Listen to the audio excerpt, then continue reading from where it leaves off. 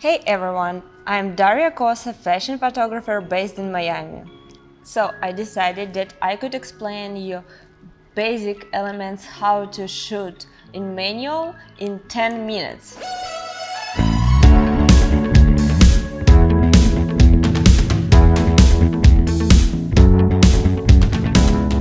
Photography, first of all, is an image created by light. Even in very beginning, when it was just black and white image, you could see the contrast from highlights and shadows.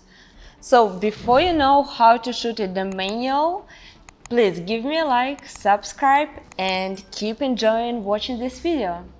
So first settings is ISO.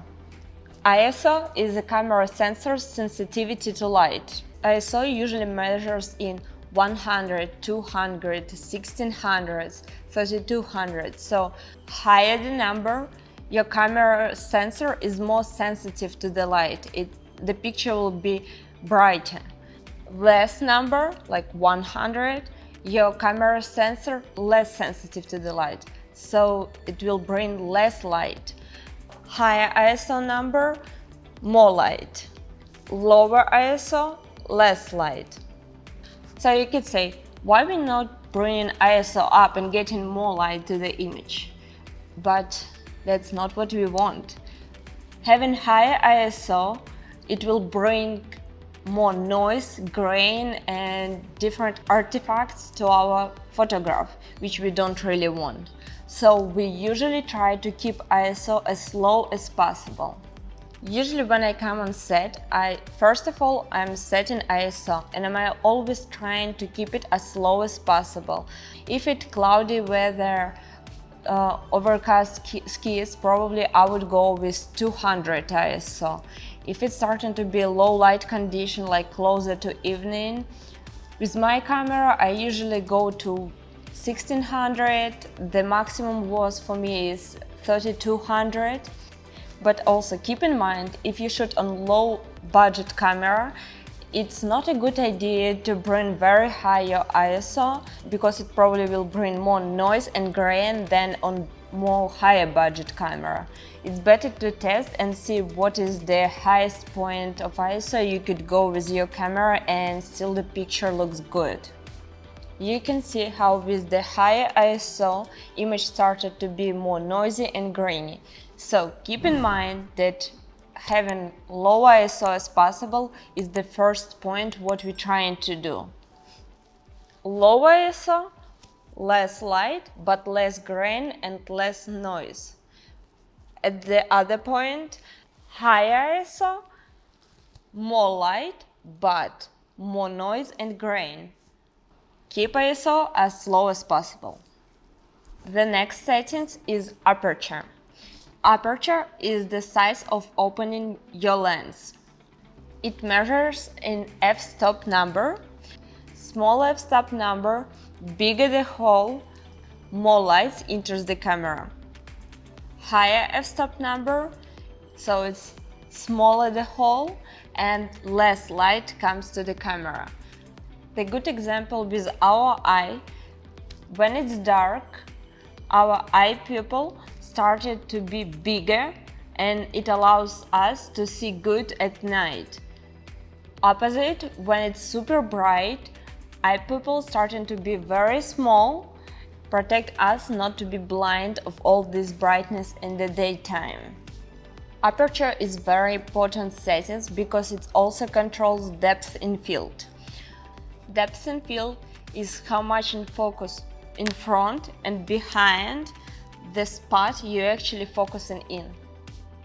For example, if I'm shooting portrait outdoor, I'd like to have this smooth, nice portrait with blur background. I would probably go with aperture 2 or 2.8. But if I would like to shoot a group of people, I'd like to have all of them in focus, so I would go a little bit higher with aperture, so probably 3.5, 4. But also if I'd like to shoot in a landscape and I'd like to get this all in the focus, what is in front of me and very far away from me, I would go with very high with aperture like 11, 16 or even more.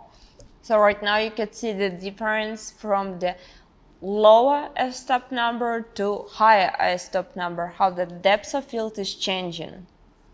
Lower f-stop number, more lights enters the camera and you will get smaller depth of field. On the other hand, high f-stop number enters less light into the camera, but it will give you larger depth of field. And the last one, but not least, shutter speed. That's amount of time your shutter is open. So it's very easy to understand when your shutter is open, and if it's very fast, less light comes to the camera. But if it's open for longer time, it's more light coming to your camera. But this settings is also very important because it controls motion blur. So if you'd like to freeze your subject and don't have any motion blur, you go in with the faster shutter speed, like 200ths of a second, 500ths of a second, 800ths of a second, 1000ths of a second. But if you're shooting landscape and you'd like to get this beautiful shot when the water is floating, you're setting your camera on tripod, you could put your shutter speed, for example, 1 second, 2 seconds, 3 seconds, or even more. So you can see some examples with the ribbon and fan how the motion blur works. Slower shutter speed, more lights, but also motion blur. Faster shutter speed, less light, but it will freeze your subject. First of all, with what I start doing my settings is ISO. I'm trying to keep it as low as possible. I'm setting it for 100, then I'm starting to set in my aperture. It usually depends what kind of photo shoot I'm doing. Is it just portrait of the single person? Would I like to get this blurry, beautiful background? Or if I'm shooting more people, like group of people, and should I go a little bit higher with the aperture? And then I'm doing my shutter speed. I'm trying to keep it without motion blur. Usually it's 500ths of a second. So imagine if I did a test shot and I see that my image is too dark. First of all, I would start with changing shutter speed. I will try to get it longer shutter speed, but not getting this motion blur. If I did a test shot after changing my shutter speed and if I see that it's still too dark, I would change aperture and keep it as wide as open as I can, but still getting everything in focus what I need. And then if after that I still see that the picture is still too dark, I would go higher with ISO. And what to do if you did a test shot and you see that your image is too bright? First of all, bring your ISO as low as possible.